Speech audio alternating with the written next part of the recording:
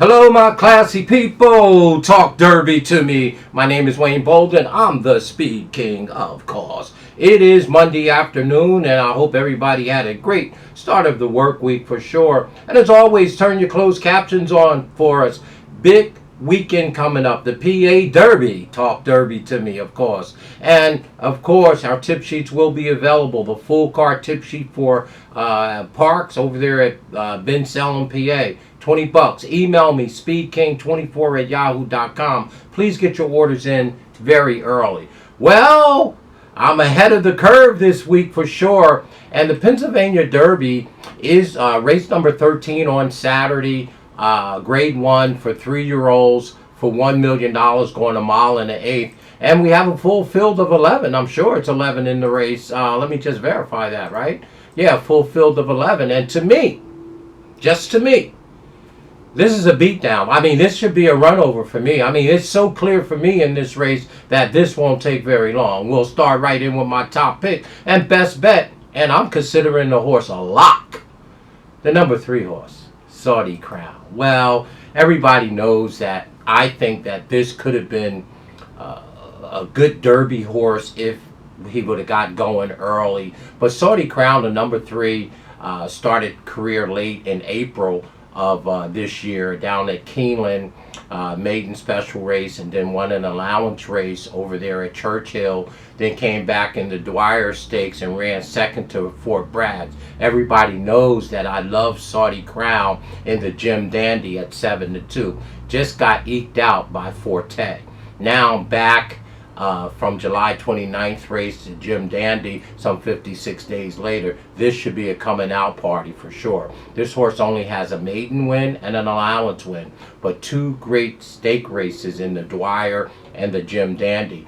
Back in 56 days, which is about 8 weeks just about, and this should be a coming out party, the $1 million PA Derby. That's what I'm calling it for sure. Well, Saudi Crown, to me, listen, by Always Dreaming, that Always Dreaming on the back end by Tap It. It's Brad Cox and his band of merry horses, and he's got his boy in town, Flo, right? Hey, listen, this horse is ready to go forward and pop. On beautiful speed figures, on the best pace numbers, this horse should get to the front and absolutely control the race. Now, if there's one conundrum in the race, there's about a 68-70% chance of rain on Saturday out in the Ben Salem area, but that shouldn't be of no consequences to Mr. Saudi Crown because he's by Always Dreaming and Tapping on the back end. And by the way, the Jim Dandy race on July 29th up at beautiful Saratoga was on the slop, so this horse should relish it. This is the 5th start of his career. I expect this horse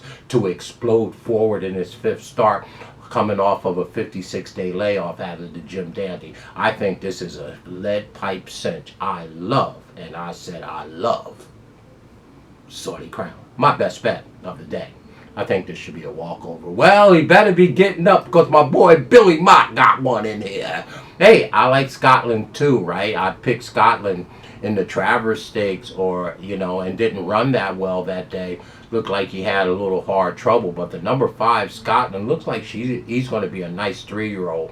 3 wins from 5 starts, 1 second, trained by the Hall of Famer Billy Mott. Need no introduction, of course. This one's by Good Magic on the back end by Spingletown. Well, this one exits the Travers some 28 days ago and took him halfway around the track on the front end with Alvarado, who's back again, Billy Mott's rider, and finished 6 by 10. I think he'll give a better account today, and this horse should be sitting in a nice spot.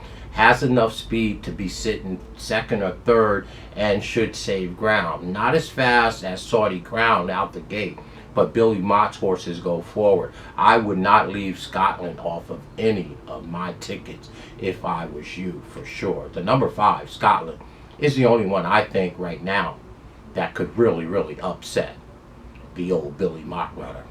And I guess the next horse in here is, I guess, the number 10 horse, okay? Morocco, right? Il Morocco. The number 10 has 3 wins from 13 starts, 4 seconds. I hate the post on the number 10 horse. Has enough speed to get hung out 3 or 4 wide into the first turn. Let's use the number 10 horse as our third pick. And if I was to round out our superfecta here, well, I would have to go into Magic Tap, who is Asmussen, right? 2 wins from 4 starts, 1 second. This one they paid $450,000, and of course, you know, Winchell Thoroughbreds own them. It's Asmussen.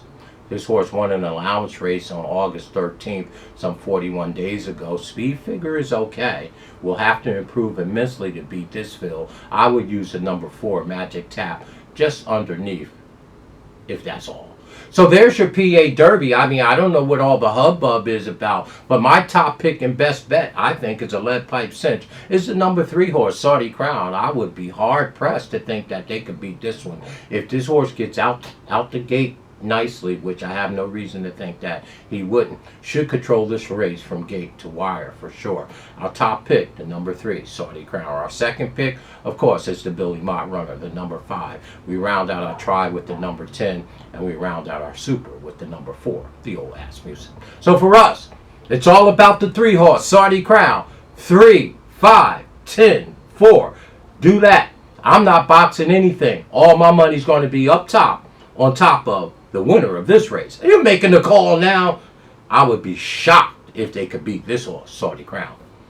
Again, 3, 5, 10, 2. In that order.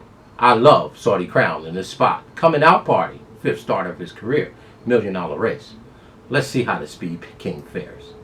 It's all about the Saudi Crown, y'all. Talk to y'all real soon.